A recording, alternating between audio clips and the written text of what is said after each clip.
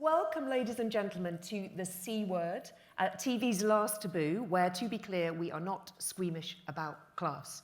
And you shouldn't be either. You're probably very relieved that the C word is class and not the other word, which I will not be using, to be very clear. And if I do, someone rugby tackle me. So, look, it's a provocative name for a provocative subject, and obviously it's something that everyone's now talking about because of James's lecture. So welcome, join our conversation, and we're delighted to have you. So, first of all, why am I your host? You five are probably thinking that as well. And the reason is my name is Sam McAlister. And for those of you who haven't been aware, I was just played by Billie Piper in a Netflix movie about my journalistic career called Scoop. And no, I am not on drugs. That actually happened. And the 6 months where I had to keep it secret, and I would say to people, I'm going to be played by Billie Piper, and they're like, yeah, sure, Sam, sure you are. But it actually happened. Now, look, primarily, that is a movie about that interview with Prince Andrew. I used to work at Newsnight, and I was a booker, which meant I used to persuade people to do things. And part of my persuasive skill set was being the team that led the negotiations to persuade Prince Andrew to do that interview with the amazing Emmeline Maitlis. And if you haven't seen that either, spoiler alert, it did not go well. Now, interestingly, when people watched the movie, obviously it was about, women in journalism, the BBC, brilliant journalism, accountability, Prince Andrew. But a lot of people came away from that movie, and when they met me in the streets and stuff, and I was like, you're talking to me like you know me, and they kind of felt they did, because they thought it was about class. And what was really interesting to me is I hadn't noticed that when we were doing the screenplay and when we were writing it and when we were going through the process, but a lot of people felt it was. And it's not a coincidence, I think, because in our industry, so many of us don't talk about it, or we bear class issues, but we feel that it's a taboo subject. So the taboo is going, James started it, the festival are continuing it, and this session is helping it too. Now, full disclosure, I'm middle class now. It's the first time I've ever said that. I feel like I've come out to you guys. And the other day, my kid called me posh, and I was mortified. But apparently, he thinks I'm posh because he's at the local state school, and apparently I'm posh. But in any event, my background is a bit different. My family are working class made good, as my mum would say. Left school at 14, council estate, both my parents. Lamb shanks and sprats, if you know what sprats are, well done. Bun rounds, if you know what those are, they are really delicious. And I was the first in my family to go to university, so far so cliched, but a very important part of why class matters to me and why it really matters that we do these kinds of panels. Now, on exactly that note, we're going to start in a moment with a little audience participation, nothing painful, please nobody leave, but get your phones out and ready. But first, I'm going to be quiet momentarily, and I'm going to ask the fantastic and very classy, sorry, couldn't resist, panel to introduce themselves. So please, in under a minute, are you ready for this, Emil? Emil's next to me. Tell me your name, your full name, what you get up to. I don't mean like anything in a propes. I mean like in television terms, to be clear, why class matters to you. And thank you for joining us, Emil. So I'm Emil Navagamwa. Nice to see everyone here. I'm a commissioner at UK TV. Nobody has played me in the movie of my life yet. I don't know that there's an actor out there, to be honest. Why class matters to me? Do you know what? It's so weird. I grew up where there were barriers that were bigger than class that were placed in front of me. When I was asked to be on this panel, I just dug into the history, and I was like, oh my God, I've really blocked some stuff out here. And I never talked about this stuff because I was embarrassed about a lot of it in television, to be honest. I was embarrassed about it. And I think now more than ever we need transparency. And if that comes from personal experiences, all the better. I love that. Thank you so much, Emil. Well, here's the start of that conversation. Gama, same question to you. Why are you here? And tell us why class matters. Hi, I'm Gama Gbio. I'm a freelance development producer. It's so weird because class didn't matter when I was growing up, because where I grew up in Hackney, everyone was the same class. Exactly. So it's going to sound weird, but I didn't know I was working class. I was like, oh, we're all the same, innit? So it's fine. And I'm also a first-generation immigrant, so I was even born in this country. So, I mean, like Bill, there were other things that I was struggling with. But then worse, when I started in this industry in 2014, that's when I was really aware that I was working class. And I am still very much aware that I'm working class. Working class and proud, eh? Yeah, and Whoopi Goldberg would play me in my biopic. Working on it. Are there any commissioners here? Because I'm available to exec that, not even the starting. Over to you, Tom.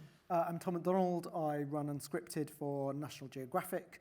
I'm here because I've been in the industry now for over 20 years and from a very similar background to you, Sam. And in the time that I have worked in this industry, I have seen more and more people from working class backgrounds leave the industry. And I was excited to take part in this panel because I think it's important that we discuss that and raise that and talk about that and try and stop that, because I think it's a really big problem. So that's why I'm here. It is a massive problem, and hopefully we're going to be finding some solutions. I live in hope. I am an optimist, as you can tell. Lucy, to you. I'm Lucy. I'm a comedian, performer. Class doesn't matter to me, but it matters to other people. I grew up not seeing a difference, but I've had a sort of interesting childhood because I'm so shaped by watching my mum really struggle because of her background. So I came into this industry with a massive chip on my shoulder, you know, ready to fight a fight sort of thing. And I've seen it get worse, you know. I suppose I've been sort of performing for sort of 10, 12 years, and because I am so sort of, you know, public facing sort of thing, I'm constant. I get about once a week, especially because I'm from Hull, you know, from the north, you know, mainly young people, but older people as well, who, I mean, don't stand a chance. I mean, can you imagine if you're like over 60 and working class and you want to get I wonder into what age you were TV? going for there. I was getting a bit nervous. But I just like, you haven't got a chance. They're only bothered about young people, you know. Well, that's the truth, you know. It's so much harder. But they always say I don't know how to get into it. You know, I've got this script. I don't know where to send it. I want to be an actor. Just don't even know where to start. Yeah, they're just like, you know, and I don't know, you know, how to, and I want to be able to help, and I want to be able to believe that even if they get into the industry, that they've got a future, that they can carry on, because I think that's sometimes the hardest thing, you know, and it should be a working class. It's quite, you know, TV's quite working class. Isn't it? Oh, God, I know. I've watched so much television, about 3,000 hours today alone. David, what about you? Hi, I'm David Sugar. I make history programs and write history books and basically just do as much history as I can. I have no other conversational interests. This could be awkward as a panel. Yeah. The history of class, 55 let's talk about minutes. the Reformation. Yeah. But I'm pleased to be on this panel because I agree with the concept. I think class is a taboo in television, and the kind of irony is I write as much about class as I do about race. I'm born in Nigeria and I'm an immigrant, and yet I don't feel ever invited to talk about class when it comes to television. I don't think the industry wants to have that conversation. Not that it's fallen over itself to talk about race, but class seems even more distant, more troubling to people in this industry than even race. And it's really interesting you say that, because what Gama was saying, it really resonated with me, because I didn't really think about class till I started law school. I went to law school, believe it or not. I was a criminal defence barrister. And I remember the first day at law school, someone said to me, "Oh, what school did you go to?" And I'd never been asked that question. And that was a heady time when no one had asked me that bloody question. They were joyful times. Well, look. Did you offer your services to Prince Andrew? Yeah, exactly. The OBE is not in the post. I'll be in the tower. But anyway, the informal ways that you start to find out that there's something a bit different about you, I think, are some of the conversations in newsrooms or places that we have all worked. And so that painless, I promised, audience interaction. Now, here's the technical bit. Questions that often set me apart in the newsroom for you all. Please select polls in the Q&A part of the app. Full disclosure, this might work, this might not. If it doesn't, just everybody pretend this never happened and we'll just carry on, okay? So question 1. Did you go on a skiing holiday as a child? I've never been skiing, and not least because I have the balance of kind of like Bambi on 5 martinis. And this is going to be the moment of truth. You can't find it. We go to the Q&A part of the app, and then there's a polls section. Have you found it? Polls. Polls. Polls P-O-L-L-S. Has anyone found it? Yes. You're good? Oh, Yes. what is the room? You need the room as well. More Oh, bloody hell. Warcraft? More. I keep Thank saying you. Microsoft, but it's not. Thank goodness we it? have the person in charge here. Oh, Oh, fancy 90s. this is so exciting. I feel like I'm in the National Lottery. So that would be one of the questions that I think would first be noticeable in the newsroom. And as you can see, we don't know who you are, but 80% of you did. I hope you survived and didn't end up with one of those cliched kind of like moments after a skiing holiday. And 20% of you had a great time. Growing up, did you know anyone who worked in the media, or even what that was? I'm not sure, I still do. Anyone, did you know anyone who worked in the media, yes or no?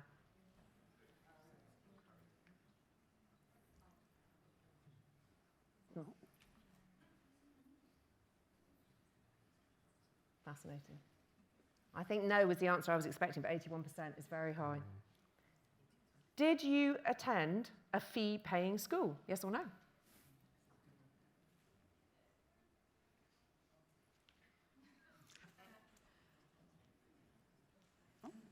And we all know out in the real world, not saying this isn't the real world, but you know what I mean. It's 93% state schools, right? And 7% fee-paying schools. Okay, next up. Did you know what Oxbridge means? Now, that is not a facetious question, because I thought it was a place, and I found out it wasn't.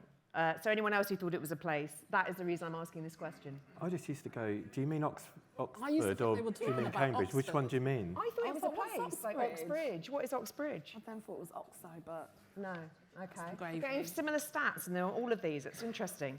Okay, come on, confess. Did you go to Oxbridge? Not for a day trip.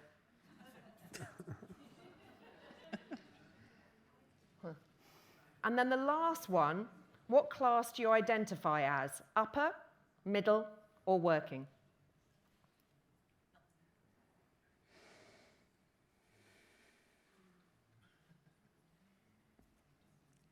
No one in upper. Oh, that 1%. Do you want to buy me a martini, whoever you are? We're going to Glen Eagles Townhouse, babe. Drinks on you. Okay, fantastic. Well, look, thank you very much for doing that. And just to please know that we're looking at ways to look at the good as well. We want to identify ways to solve some of these issues. And please, please give us your suggestions when we have time for questions at the end. And obviously, feel free to add them as we go in the app. And here was the bit that we needed, Fatima. We're in Morfoot. Now we know. So look, what is the problem and why are we all here? I mean, obviously you guys have all kindly shared some of the reasons. But according to that recent research that I'm sure we all saw, the number of people from a working class background working in TV has fallen to 8%. The lowest it's been for 10 years. Now, the equivalent figure, just for context, for the general workforce was 23%. And I have to admit, shockingly, guys, I'm so sorry, when I heard it was 8%, I was surprised it was so high. That is the depressing truth. Now, the Sutton Trust, which does some amazing work on social mobility for more than 25 years, has told us that compared to the other sectors they work in, banking, law, perceived as conservative, traditional sectors, TV is, and I quote, the worst sector they've come across. They run programs to help low-income students navigate their way into professions, but take this in, they are not doing one for TV. They've said the industry is not ready for one, and encouraging young people into our sector to consider an industry with no clear routes of entry, no clear paths for career progression, and no security is setting them up to fail. Pretty damning and very sad. Here's the good news. As many of you may have read, this festival is helping to make some change. Last night, after James's McTaggart lecture, the festival announced a really important commitment to creating a new pan-industry group that will look at class and social mobility in TV and what changes need to be made. Crucially, this will have a funding infrastructure from the festival. Hurrah, it's a great start. Let's give it a little round of applause for that.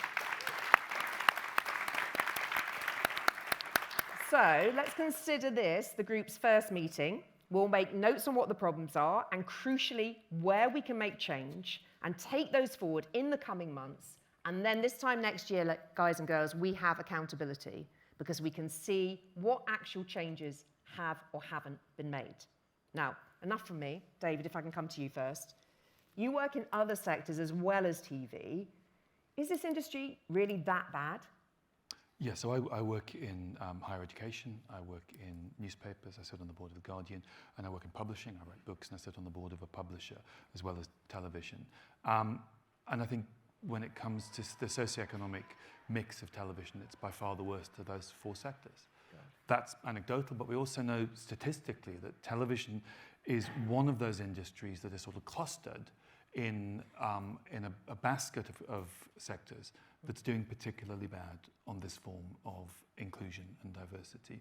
The Labour Force Survey of 2017 to 2019 and the Good Work Review of 2023 clustered the screen industries, television and film, alongside architecture, the music industry, museums, curatorship, theatre, as being some of the lowest levels of socioeconomic representation. And the thing which people find very uncomfortable, and I've said this in lots of organisations, in lots of progressive sectors, is it is those progressive sectors, full of progressive, liberal people, the people who are most likely to believe in equality and equity, most likely to talk about equality and equity. It is those sectors that have done worse.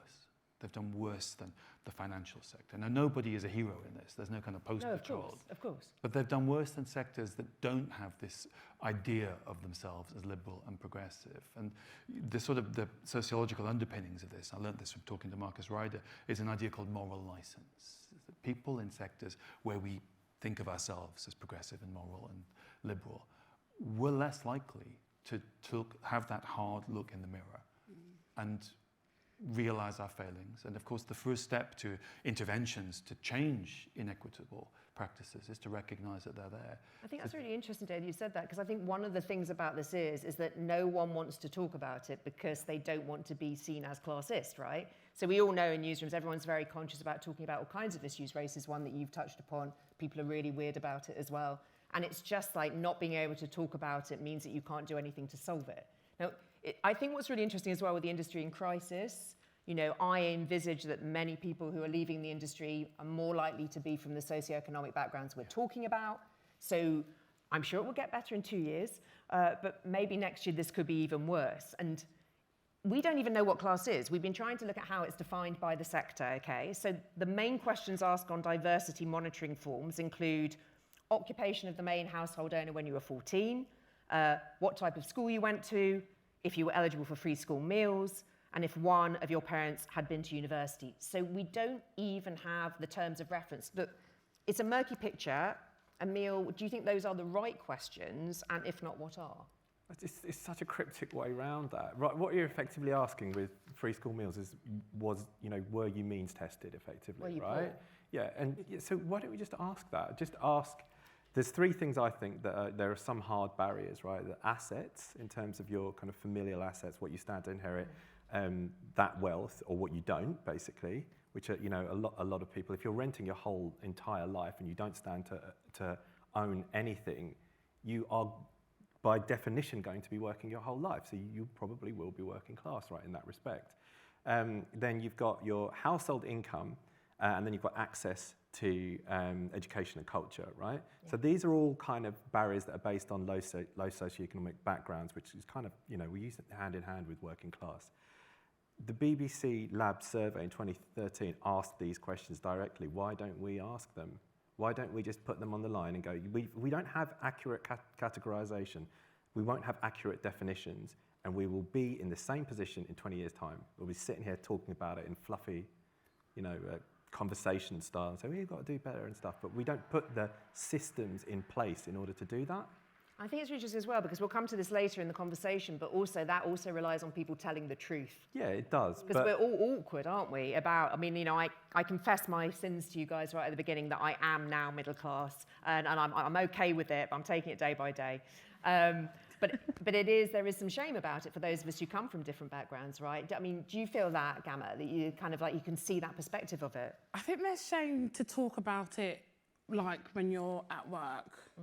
But with that form irritates me so much because it lumbers a lot of like jobs in one category.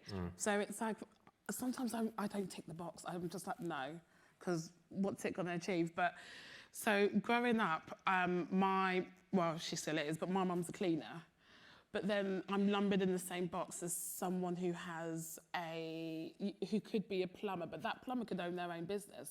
Or they could have a dad who runs a hedge fund. Exactly. Yeah. So that question doesn't define class. But then why not ask, oh, did you grow up on benefits? So I can go, yes, I did. And then what were your parents' jobs? Well, one started off as a pot washer, one's a cleaner, and then the pot washer became a minicab driver. So, and then randomly a bus driver, but... I love a bus. He loves driving. I love a bus. I love driving, I'll carry on.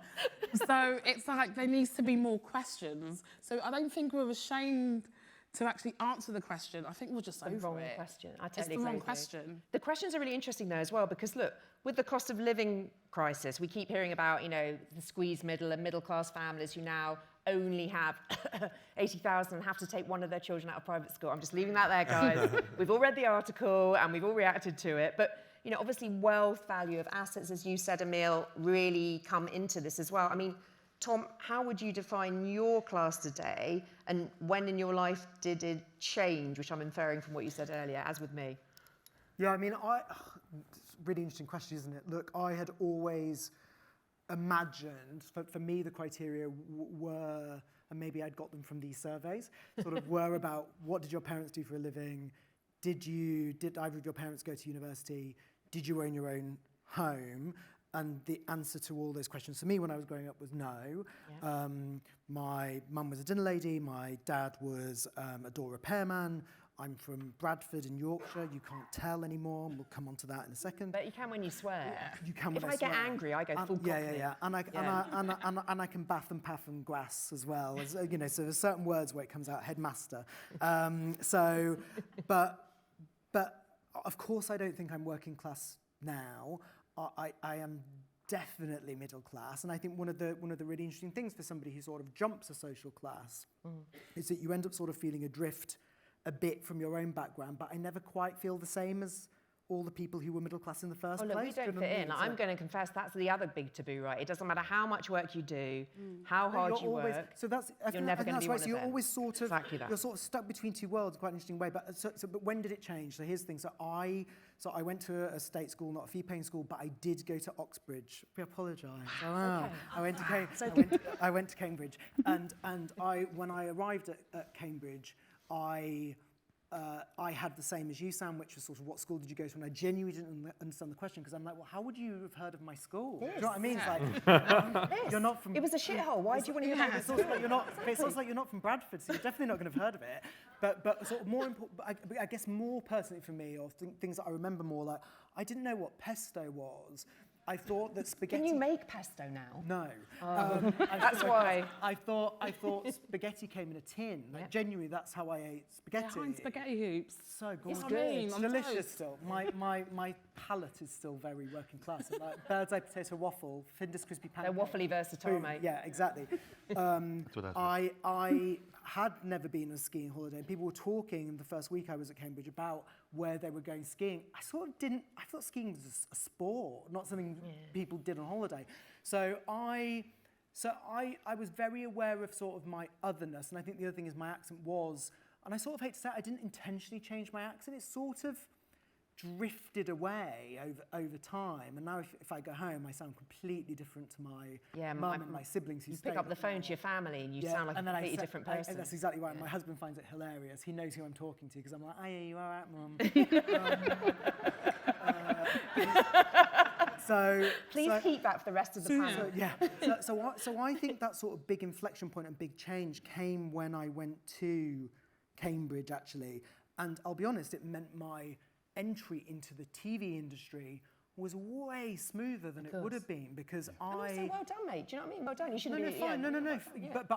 But I'm very conscious that if I hadn't, what Cambridge is, as well as being an excellent education, all that kind of stuff, it is a training ground to be able to talk like I am talking now, with confidence and certainty that you should listen to me. And in a way, what I learned from my peers around it's me working. is like, you should listen to me. And isn't that extraordinary? So it does sort of build that confidence in you. But you know, I'm not going to pretend I'm working. Well, look, full disclosure, I went to Edinburgh. Cheers. Yeah, lovely. Cheers, thank you very much. Now, look, Lucy, coming on to you. Oh, sorry, David, after you. Could I bring, we haven't talked about Karl Marx, which is important in a conversation about class. And That was my next question. was just What do about you to think say about obviously, Karl Marx? and Yeah. it would be remiss. I think what Marx would talk about is this, and I think this gets to the heart of this conflict, is this class position, which is where you are in terms of job and income, and then there's class background, and they're two separate things. That's right. And I think one of the reasons why people who've changed their class position don't feel that they're welcome or that they're like their peers is because the class background, and this is what James spoke about last night, that never changes. Yep, that is correct. who you are. Correct. You are shaped by your formative years, and your Yeah. class background is unchanging, irrespective of how much money you make or which university Yeah, you I go think to. that's Yeah, I still read Jilly Cooper and not, is it Josephus? Did I say that right? I don't know. David, you correct me. Lucy. Lucy. Josephus, apparently that's someone really posh. I know Anyway, who Judy Cooper is. Obviously. I've read a lot of Judy Rivals Cooper. available soon. Alternative Can't wait. broadcasters Yeah, are on Disney. available. Yeah, very good. Lucy, your mum was a writer when you were 14, but some people might think that's fairly middle class. But tell us more. Well, yeah, it is, and I think she really struggled with that. I mean, if a form just said, "What did your mum do when you were 14?" that does feel like middle class. I think from about 13 to 15, I wasn't free school meals. My mum was writing for Radio 4, and it wasn't much of a career, but you know what, it paid, but it doesn't pay that well. You sort of, like most Radio 4 writers, they need another income. But before that, free school meals, quite hand to mouth, really. My mum really struggled in Hull, dyslexic, autistic, but knew she wanted to be a writer, was really sort of inspired, like Sheila Delaney, you know, Taste of Honey, and she was writing about things around her. We moved, as I got a bit older, we moved to a nicer area, but we was in quite a rough area, and she was writing about, Hull had a massive heroin problem. She was writing about prostitution, and really was about underdog and working class life. And that jump that she was trying to do to get into TV, she massively struggled. I think she helped Tom Bandergold, and Oh, that was great. Set Bradford. Love that. there wasn't the, then there wasn't the opportunity. I can remember just crying a lot. Couldn't get to London for meetings, and just that. So it was tricky. I think it's bizarre how it's defined. I think it has to be down to a financial. I think you've got to look at finance, and to be honest, I think it's a fairer way of doing it, because that excludes whether you're middle class or working class, but there has to be more help at the beginning of your career if financially you come from a background that can't support you, because this industry, you have to work for free for a number of years, and to be honest, mostly in London. And so we're just so expensive, Yeah. and you've got nowhere to live, and you've got no support. And I mean, David, coming on to this issue, I mean, there are so many possible measures, clearly. Should we all self-identify? I think your class status is how you feel, and I think those metrics do help. I mean, I am a believer in these forms because I think they are indicative, not definitive. I think they help us to come up with the metrics that we're discussing today. We wouldn't have that 8% figure without that sort of monitoring. So I do think it is important. I think television's problem, which is true of many creative, many liberal progressive sectors, is one that I think deep down we've normalized things which are abnormal. We've created a culture that has normalized people from a small cohort of the population. That what a TV producer or an exec or a researcher looks like and sounds like has a stereotype. I remember it was the Victoria Woods programme that was set in a Dinner county. ladies. Dinner The ladies. ladies are. When they had an observational camera crew, there was an episode where they were going to be filmed, and the assistant producer and the producer were utterly upper middle class, because that was how, you know, as someone casting writing a drama, you want to make it believable. What was believable for the audience is that these would be very posh people coming into this working class environment. Even the way we reflect our industry, when we dramatize it, reflects that reality. But we've seen that reality as normal. It's not. I mean, 87% of people don't live in London. Of course. And we pat ourselves on the back if we get 30% of a genre outside of London, as if that's an achievement. A fraction of 1% of people go to Oxbridge. When I was a young producer, I worked in a department where half of the producers had gone to those two universities. I think I was the only one at some stage in some meeting at Newsnight, which obviously I pointed out because I can't help myself, guys, I'm sorry. I was the only one that hadn't gone to Oxford or Cambridge and actually was a woman. And I think, although I can't stand this up with evidence, so it is just anecdotal, forgive me, there was a period at the BBC where there were more men called James in management than women. And we didn't go into the class of them. We'll just leave that there. But I mean, this illusion, I think, of meritocracy is something I really grappled with when I was working in the industry, that people think that we are a meritocratic industry, but I did not see evidence of that. Now look, what's the true picture in the industry? If 8% come from a working class background, what does the other end of the spectrum look like? I'm not looking at you, Tom, but I'm looking at Tom.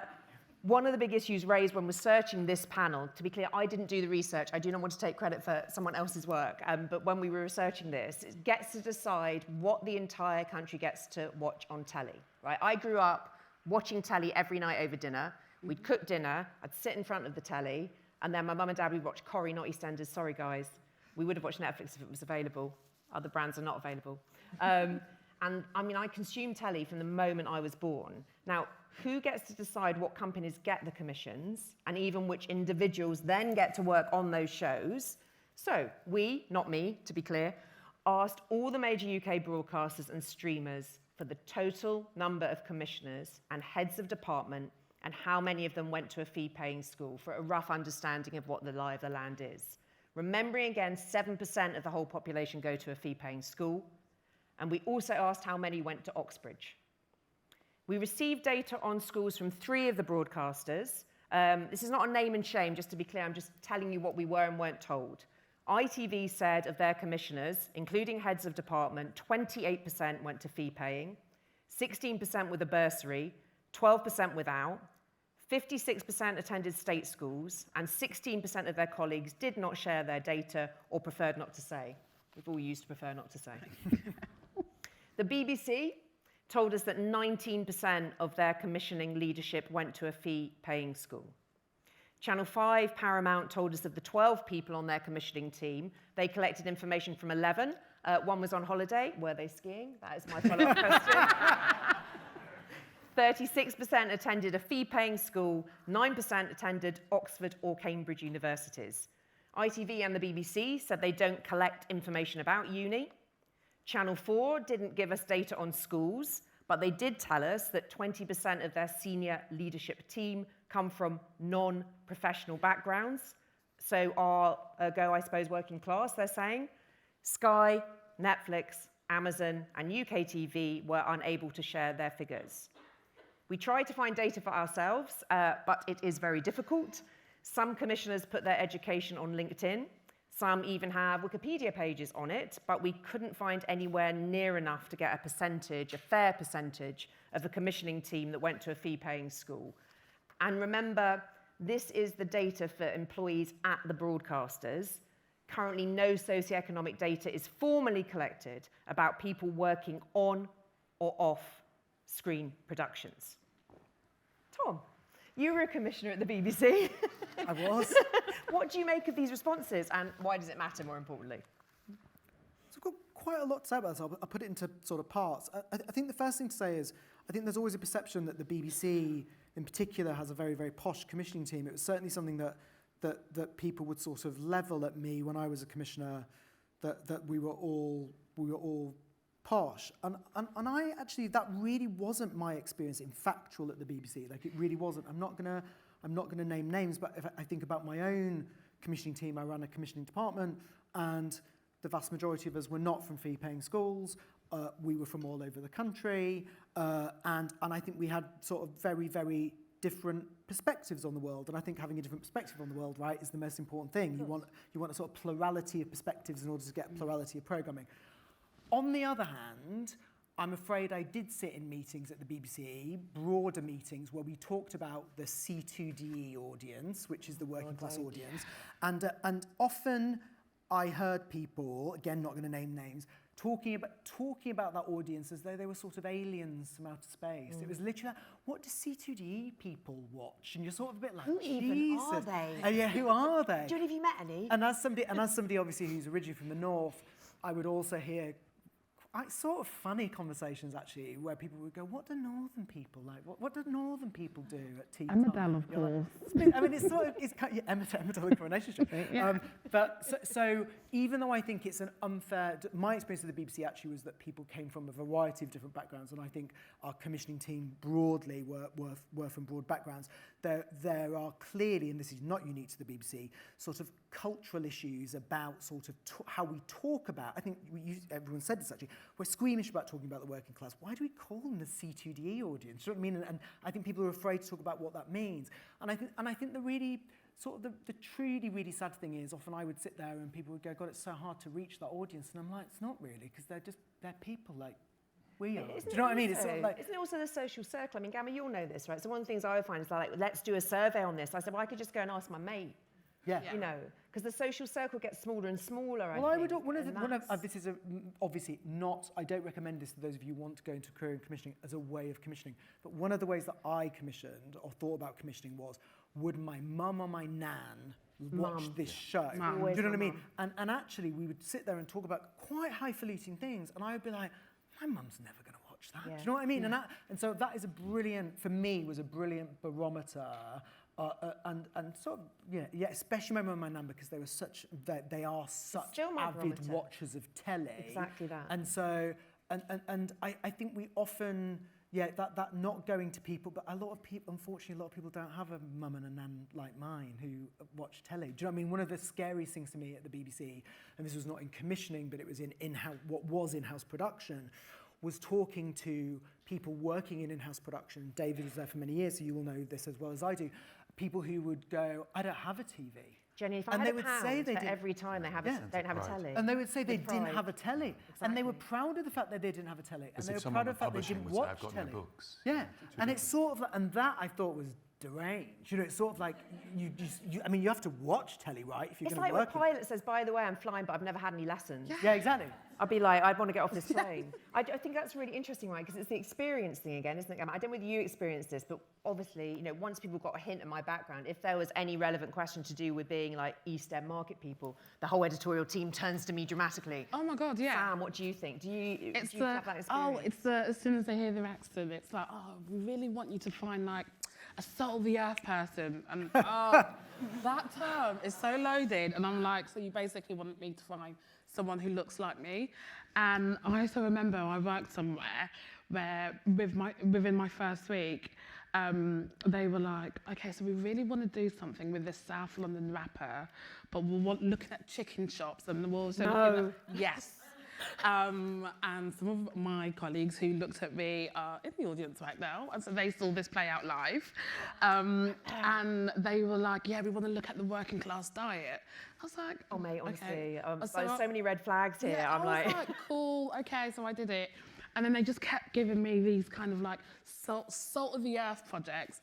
And then one day, my bag dropped on the floor, my National Trust membership card fell on the floor. And then they were like, oh. And then they were like, what are you doing this weekend? And I was like, oh, I'm going rambling in the Cotswolds. And that literally changed. So I don't know how to explain, like you kind of step in and then you're like, you're the working class person, so we're just gonna give you all of this stuff. But we don't watch TV. So we're just going to come and pick your brain about what your people exactly. watch. So, isn't that fascinating? Because the not watching television thing, David, I'm not going to out you. I presume you watch television. Yeah. Thank God. I'm as bored. It's going to get a bit awkward if not. It's just really interesting of not having the experience of the sector that we're in. And I mean, have you noticed that as well?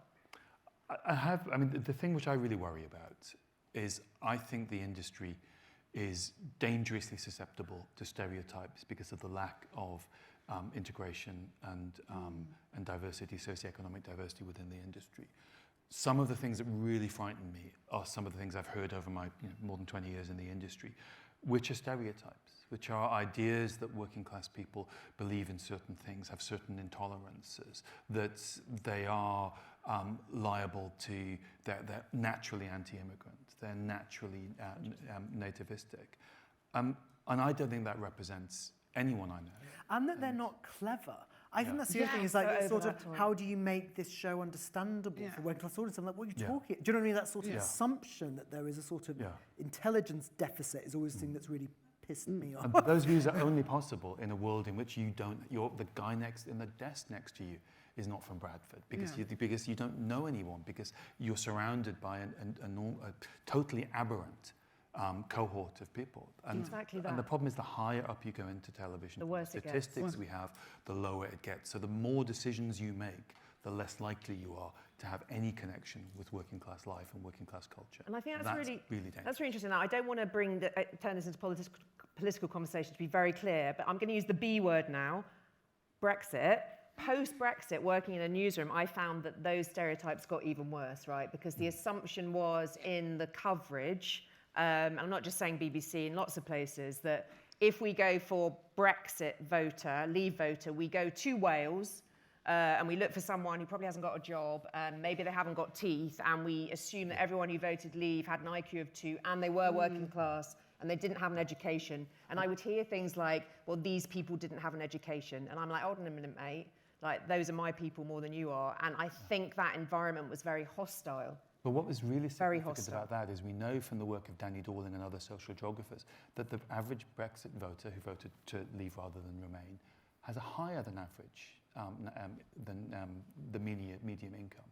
So the people who voted for Brexit were as much retired people in the home counties as they were people in this mythical red wall, except for the stereotype was more powerful than the statistical reality. Than the actual reality. I mean, on that subject, I mean, do you think there's just like a series of assumptions about the politics and values of working class people we just can't get away from, or how do we change that conversation? When you say two words, working class, right, you paint a picture of what that is in your head. The truth is, 46 to 49%, around 46 to 49% of the population consider themselves to be working class. That's a hugely nuanced group, right? I think it's no good looking at the person next to you and going, is that a representative of working class, or is this a representative of upper class or middle class? You just have to get to know a lot of people. Like, our job as commissioners it's not a vanity project for us, right? You're creating a product here that is supposed to appeal and engage a broad audience, bigger and bigger audiences. That's all we're hearing at the moment, right? So you've got to take the prism in which you see people out of it as much as you can, and you've got to be as objective. And if it doesn't fit with your values, then so be it. You've just got to remove that element if you can. It's just really hard, don't get me wrong. It's really hard, but you can't fit people into a box that works the way you like it. And that's what I see, that's what I think is inherently wrong with television. It's a wildly subjective industry where people make decisions based on their opinion. That's the fundamental issue. And also the difference between an opinion and a fact. I always found that astonishing as an ex-lawyer, that people would give opinions, but they thought that they were facts, and that was, I think, really problematic. I mean, you were saying you were approached by people saying, how do I get into this kind of industry? I mean, it's really hard to give them advice, isn't it, given what we're all talking about? It's so hard when I'm experiencing it myself, and I struggle. I hope I don't sort of like lose weight because of it, but it's hard when you write something that is so working class. That is really authentic, and you write in characters that I prefer to say mainstream, that mainstream audiences will get, because you write characters that they work with and they'll love them, but you're taking it to commissioners who haven't got out of Highgate. Do you know that? and there's this, and it's so, because you go, because I mean, I can only speak from comedy.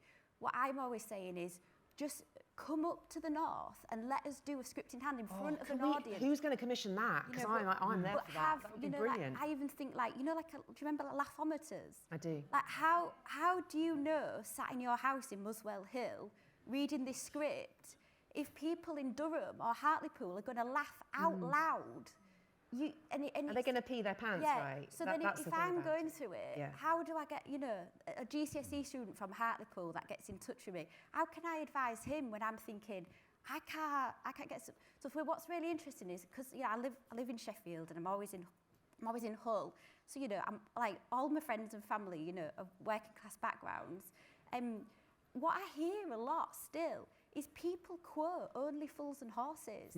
How long ago was Only Fools and Horses? And it's because that obviously was brilliant, but if you look at everyone who worked on that, they were working class. And I've forgotten his name now, the writer, he made that jump, didn't he? Was he on a building site, or, it's a bit like, what's the name from the fashion?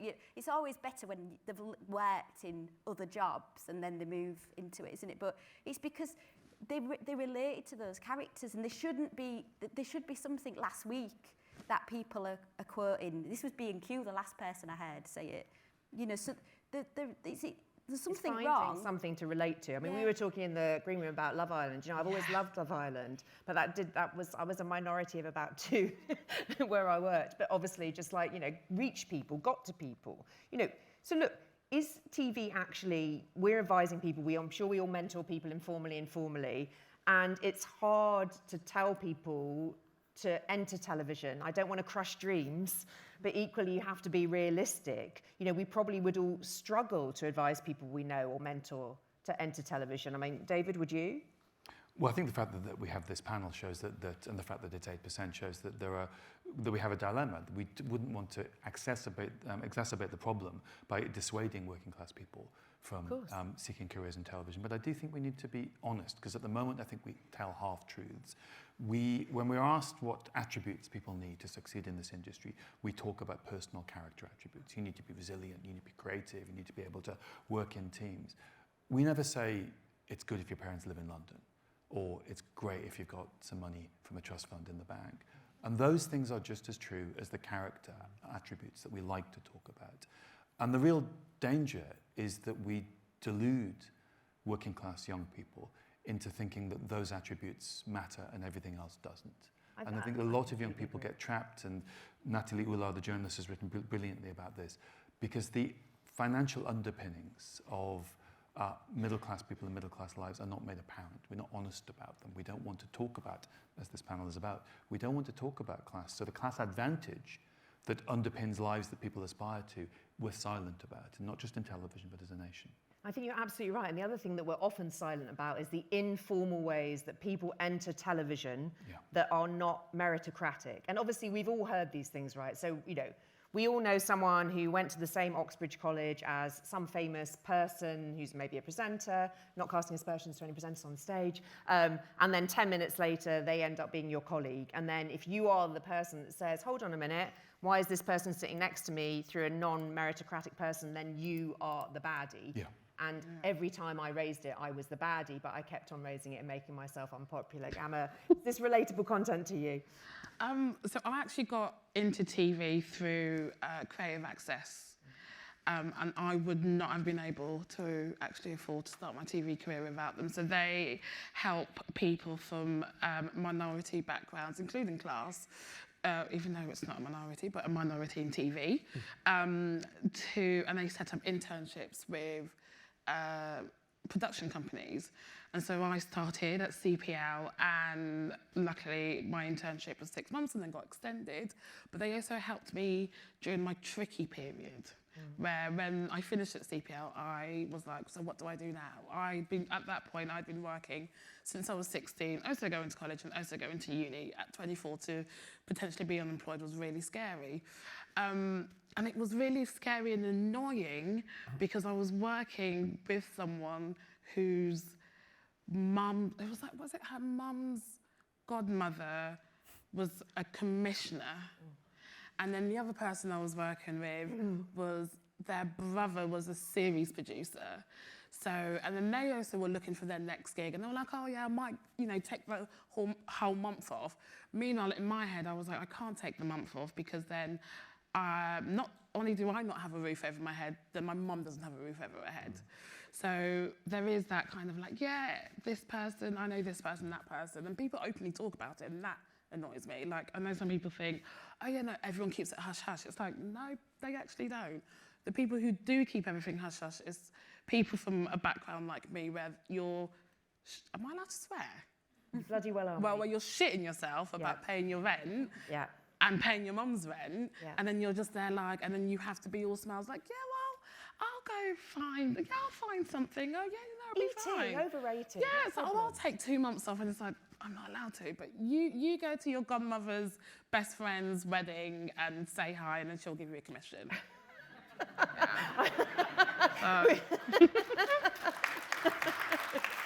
And also, now we're going to bring in the F word, the freelance word. We're hustling still, Gama, right? I know we're freelancing, we've all been there. Please give Gama commissions, just saying. Bring it, let's see some results. I mean, going freelance can be quite perilous. I know you've been in and out of the freelance situation. I mean, this also feeds into this situation as well in terms of, have you got somewhere to live when you haven't got a freelance gig next week? If I haven't got a freelance gig next week, no, I don't have anywhere to live. I mean, that's my guest room. Yeah, I didn't, I didn't approach television with the hope of it being a career because I just didn't think I'd last that long there, right? The way it was set up, there's no kind of security, and if you're getting intermittent work now, then which is on low wages, etc. How am I going to, build up a deposit to move to London and all of that? It just seems so far away, right? And there's no sort of safety net, so it's kind of like, it's something I was like, maybe you do it when you're in your 20s, and then pretty quickly you settle down and you get a proper job and stability. And the issue with the freelance model that we have is it doesn't provide any security for freelancers all the way up. Yeah. It's not just for the entry level, it's all the way up. Obviously we don't have, there isn't a huge amount of work at the moment, and that's a problem. You can't expect people to stay in that industry if they can't survive. Now this goes back to the point about assets and household income, right? If you're having to pay your rent, you're so far away from being in a financially secure position. Like I pay, I'm in a shared ownership flat, so I pay 50% of it is rent and 50% of it is a mortgage. I'm a commissioner. I'm miles down that road in terms of television. I'm nowhere near any kind of financial security. So what hope is there for the rest of us? So I think that issue, we need to approach that in a different way. And let's not forget, there was a different way previously. It had its own problems. But when Channel 4 came in the mid-'80s, that's where independent production companies thrived. And I looked at a paper that came back from that time with Cambridge University, and there was palpable fear for the security of the workforce then. Now it's normalised. People just accept it. They just accept it as a horrible reality. As a horrible reality. These are choices we as an industry made, and the consequence of those choices were, as you said, written about and studied at the time. It's sort of like mixing up some eggs, putting them in a pan with some butter and being shocked you have an omelette. This was always obvious. Well, look, sadly, because we've got so much to talk about, we could be here for hours, but we're getting quite close to the end of our time. And, echoing James's McTaggart last night, we want change, we need change, and what are the consequences of not tackling this, David? The consequences, 8% might be the peak rather than the floor. Yeah. I agree. Which is a horrific concept, but I think there's every risk of that. I agree. I mean, the thing about it is that, the depressing thought is, will it change? Won't it change? Will it be worse next year? Will it not be worse? I mean, obviously, we're doing everything we can by opening these conversations, by having people in the room who are receptive to it, to do something about it. And obviously, we would love to know your ideas for change as well. I mean, the Legacy project from the festival is a beginning. We're inviting indies and broadcasters to sign up for the first, or I suppose it's now second after this informal meeting in the autumn. There is an email. If you'd like to get involved, please email Gemma Bradshaw using tvfoundation@thetvfestival.com. Now, we're down to the last minute or so, guys, so I just want us to end on a note of optimism and a note of hope. one change we'd like to see, Emil, what change can we make? Regulation in the industry, right? People have to be measured on how well they do at their job rather than who they know. So I honestly think there needs to be some kind of regulation, and also for broadcasters and production companies, really get to know your workforce, spend time with them, get to know them, understand who's got potential, so that you're not just judging people on the strength of their CV, but you know who's got potential to go and move into other areas and give them a chance. Gama? For broadcasters to be honest about the fact that there is a class issue within the genres. It's like we were talking about Love Island and stuff, and actually Love Island is Entertainment versus entertainment. news. If you've done Fact 10, if you're from an entertainment background, there was a bit of like, oh, okay. And I think once they tackle that and realise, oh no, actually we have weirdly put class within the genre, so actually certain people are only allowed to work on like factual and documentary and specialist factual, and then if you are salt of the earth, then you're working on entertainment and Fact 10, and just kind of admitting, oh shit, we've let this actually just like happen, then I do think that 8% will be, hopefully it'll move to 10. I love it, Gama. And so on. Tom? So it's easy to be fatalistic about this stuff, isn't it? So I'm going to give you an example of something where I was a bit fatalistic and then was proved wrong. So when I first started working in natural history, in the genre, I knew nothing about animals or natural history really, but anyway, I did start working in the genre, and it was very, very male-dominated. So forget class for a second, nearly everybody who worked in the genre was a man, sort of extraordinary and weird, and I was like, I can't get my head around this. Anyway, when I went to National Geographic, it had been commissioned before I got there, so I can't claim credit for it, was a series called Queens, and Queens is a series which is about the female of the species in the animal kingdom, made by a almost exclusively female team. Female directors, female series producers, female composer, female editors, like, it's possible to look at something that feels intractable and unchangeable and take the risk and change it. And Queens has sort of proven to me that there's has made me feel optimistic. Like if you'd said to me 5 years ago when I was commissioning natural history, is it possible to pull off a show which is made by all women in natural history? I'd be like, oh God, I don't think so. Well, I was wrong. Do you know what I mean? They did, and it was brilliant. So I think we can change this. We can change. Lucy? There's so much on it because I've got so many opinions about what needs to be done. I mean, firstly, why aren't TV jobs advertised on TV? Why is it so secretive? Like, If only we had a broadcast medium. That's a really good point. you know, we know how to get TV audiences. You know, you go on Facebook and you can get working class TV audiences like that. Love that. That genuinely is like absolutely brilliant. Because young people just don't know, as you know, you don't know what jobs are out there. Secondly, what I hope that more people do is because it would make such a difference so quickly. All those what we know are bogus and Mickey Mouse media, TV, film, script writing courses all around the country. You know, from like this post-16. It starts then, doesn't it? And they're never going to get a job. I've gone and done loads of like outreach and like done workshops. They're so badly taught. The staff aren't experienced. And it's not going to get people where they need to TV and they've never made any. I really think. Well, there's lots of commissioners even. Industry professionals. I really think they need to go to these courses. They need to go and do workshops. And those are both brilliant ideas, and I'm sorry I didn't ask you earlier, but I am down to my last seconds. Yeah. And David, for you? I'm going to slightly sidestep the optimism thing. I'm a historian of colonial genocide, slavery in the two world wars.